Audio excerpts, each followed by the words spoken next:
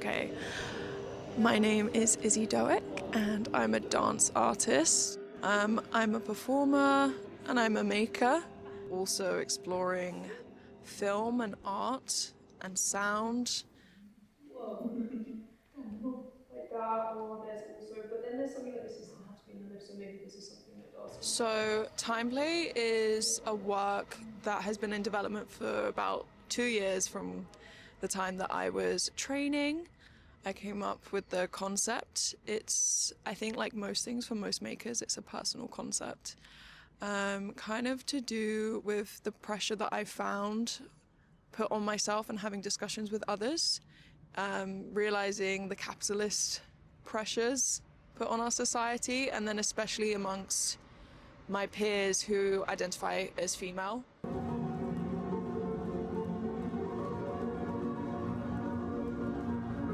It's the literal experience, lived experience of moments in time feeling not enough when you are present, and your interaction with your different selves. I had these experiences of just really wanting to either be the innocent child version of me who just like wanting to crave that comfort. There's something in the past, wanting to go back to that past self, or wanting to run to a better version of me, or what I think a better version will be of me in the future, someone who has it more together.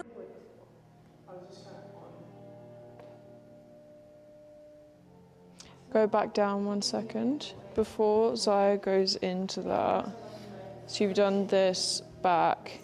Can you bring your arms, if you can, just even though you're doing it by yourself, like around her stomach, like around, and bring your head in as it's happening? It kind of developed from the initial place of pressure on self and always feeling like you're wanting to run to a better version of you, this future sense of you, or wanting to hide away and find comfort in who you used to be, especially this like innocent version of you as a child, and then what it really means to find presence. I think dance has always been a place for me where I've felt the power and the strength to be able to voice whatever I've wanted to in other ways where I haven't been able to. And I think it just came naturally to be exploring a lot of these kind of psychological and like human experiences through dance. And I'm really interested, like conceptually, how this can come across.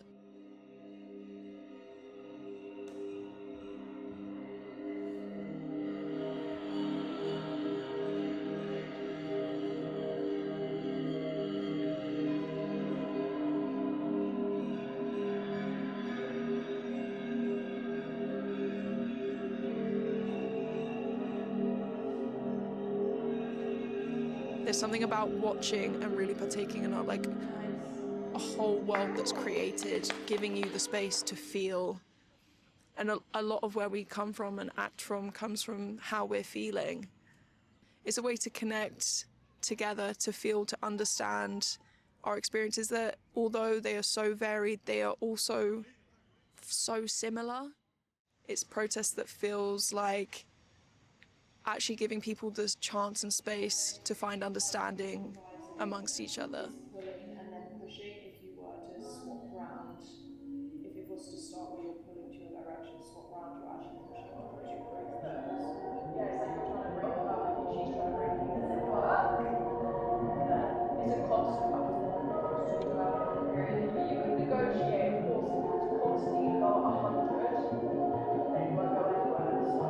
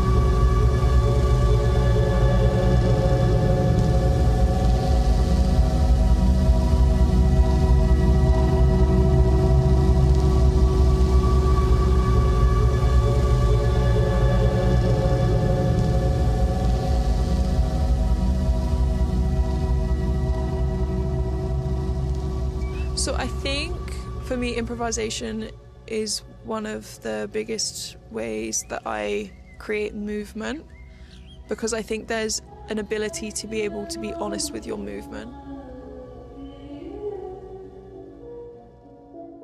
And I'm really interested to explore this with many different dancers, and especially dancers with different styles and different lived knowledge and experience.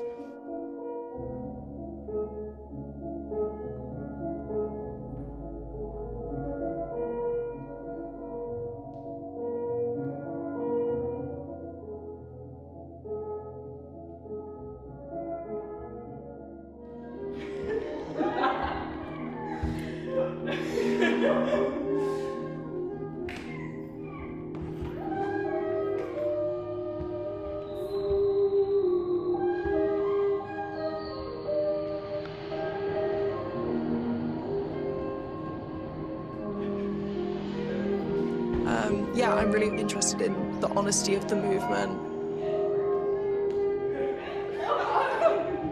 And then we worked with an artist called Keri. That it's not about having the most interesting, crazy new observation. It's, you're very, very literally just stating what's in front of you. It's simple. The sort of key phrase here is dare to be boring. She is an actor, and we worked on acting methodologies to navigate how we could explore this further through movement and dance, which is really interesting for me. And the key part of that was to see, I think, how this honest movement could come about. Take as much time as you want. It's not an exercise in how quick we can do it. It's like, how intentional can I be about saying, I don't want to know you.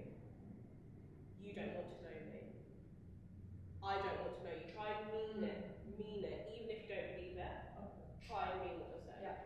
I think there's something about the technique from what we're working on with Keri where it feels like you're rooted back into the intention of the movement through what your phrase is or through what someone is telling you. You could be saying anything at that point, but it's more, oh, what is it doing to you? How is it moving you? That's what we're more interested in. How are you relating to somebody based on that thing? That's more interesting than, I can't stop laughing. You can't stop. I can't. Like, we don't want to see your sort of, we don't want to see your commentary on what you're doing. And there's also something really special about it. Having this conversation between two people telling each other something with such like conviction and seeing what emotions come up from that. I was just taking it to a sensory point of view and outside of the mind is so helpful. Like, what can you see, what can you hear? Like, go there and then watch your reaction and then just wait. It's important that I can be able to use what I do in my work to connect people and find a lot more empathy. I think if the world was a lot more empathetic, I think it would be a nicer place to be.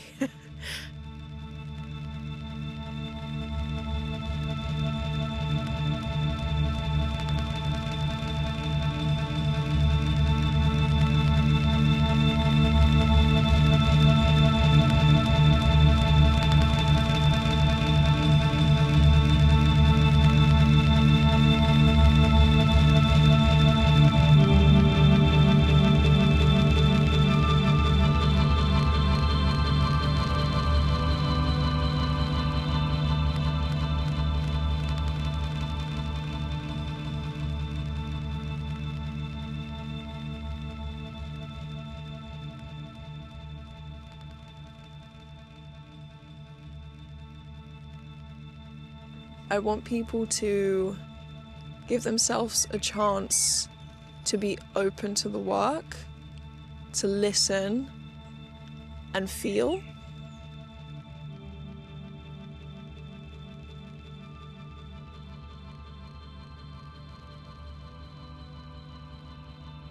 One of my favorite things, I think, is the conversation that comes out of a work. What conversations does it spark for you? Does it inspire you? And how do you feel about it? Has it invoked something in you, whether that is comfortable or uncomfortable? I think there's so much you can realize about yourself from that. Anthroplay was a good starting point. to really start to develop the ways that we might make the work. I think going away from this in the future, I would love to do a second Anthroplay, just developing the work even further. More this time focusing on a creation of the work to a point where there is something shareable. I guess once having the work formalized, I would love to be able to showcase it to the public. That is the goal of it. If I can spark any form of intrigue or curiosity or questioning for someone from watching the work or engaging with the work in any form, that's amazing. So, yeah.